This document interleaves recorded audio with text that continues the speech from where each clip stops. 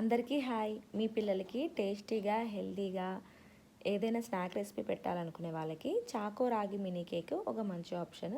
ఈ వీడియోలో నేనైతే మీకు చాకో రాగి మినీ కేక్ ఎలా చేస్తారో చూపించేద్దాం అనుకుంటున్నా. చూసేయండి. ఒక బౌల్ తీసుకొని ఇందులోకి 1/3 కప్పు తురిమిన బెల్లాన్ని తీసుకోండి. ఈ బెల్లంలోకి 2 టేబుల్ స్పూన్స్ మెల్ట్ చేసిన బటర్ని వేసుకోండి. ఇందులోకి 3/4 కప్పు గోరువెచ్చని పాలను వేసుకోండి. ఈ బెల్లము కరిగే వరకు మీరు మిక్స్ చేస్తూ ఉండండి. ఒక విస్కర్ని తీసుకొని ఇలా వన్ డైరెక్షన్లోకి మిక్స్ చేస్తూ ఉండాలి. ఇలా లిక్విడ్ లాగా ఫామ్ అవ్వాలి. ఈ లిక్విడ్లోకి 3/4 కప్పు రాగి పిండిని తీసుకోండి. రాగి పిండే కాకుండా మీరు ఇదే రెసిపీని గోధుమ పిండితో కూడా ట్రై చేయొచ్చు. ఇలా 3/4 కప్పు రాగి పిండి వేసుకున్న తర్వాత 1/4 కప్పు అన్స్వీటెడ్ కోకా పౌడర్ని వేసుకోండి. తర్వాత ఇందులోకి బేకింగ్ పౌడర్ని తీసుకోవాలి.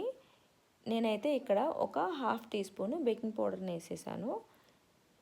ఈ 3 డ్రై ఇంగ్రీడియంట్స్ అన్నీ కూడా ఈ లిక్విడ్లో మిక్స్ అయ్యేలాగా విస్కర్ తోటి వన్ డైరెక్షన్లోకి తిప్పుతూ ఉండాలి.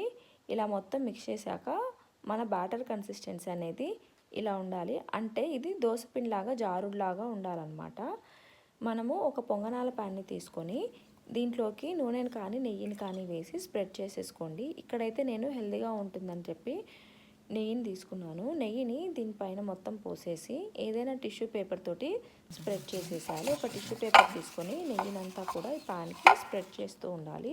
ఇలా పూర్తిగా స్ప్రెడ్ చేసేసిన తర్వాత మనము ముందుగా కలిపి పెట్టుకున్నాం కదా, ఆ బ్యాటర్ని ఇందులోకి పోయాలి. పూర్తిగా నిండా వేయాల్సిన అవసరం లేదు. కొంచెము గ్యాప్ పెడితే అది పొంగినప్పుడు బాగా వస్తుందన్నమాట. ఇలా బ్యాటర్ని మొత్తము పొంగనాల పెనంలోకి వేసేసి దీనిపైన మీరు చాకో చిప్స్ని కానీ ఏదైనా కానీ డ్రై ఫ్రూట్స్ నట్స్ని మీరు వేసుకోవచ్చు. నేనైతే ఇక్కడ క్యాష్యూస్ని వేసాను. దీన్ని స్టవ్ మీద పెట్టి ఒక 3 మినిట్స్ లో ఫ్లేమ్లో పెట్టుకోండి. ఒక్కొక్క వైపు 3 మినిట్స్ పెట్టుకోండి. ఎక్కువసేపు పెట్టుకుంటే మాడిపోతాయి. ఇదిగోండి మన చాకో మినీ రాగి కేక్ రెడీ అయిపోయింది.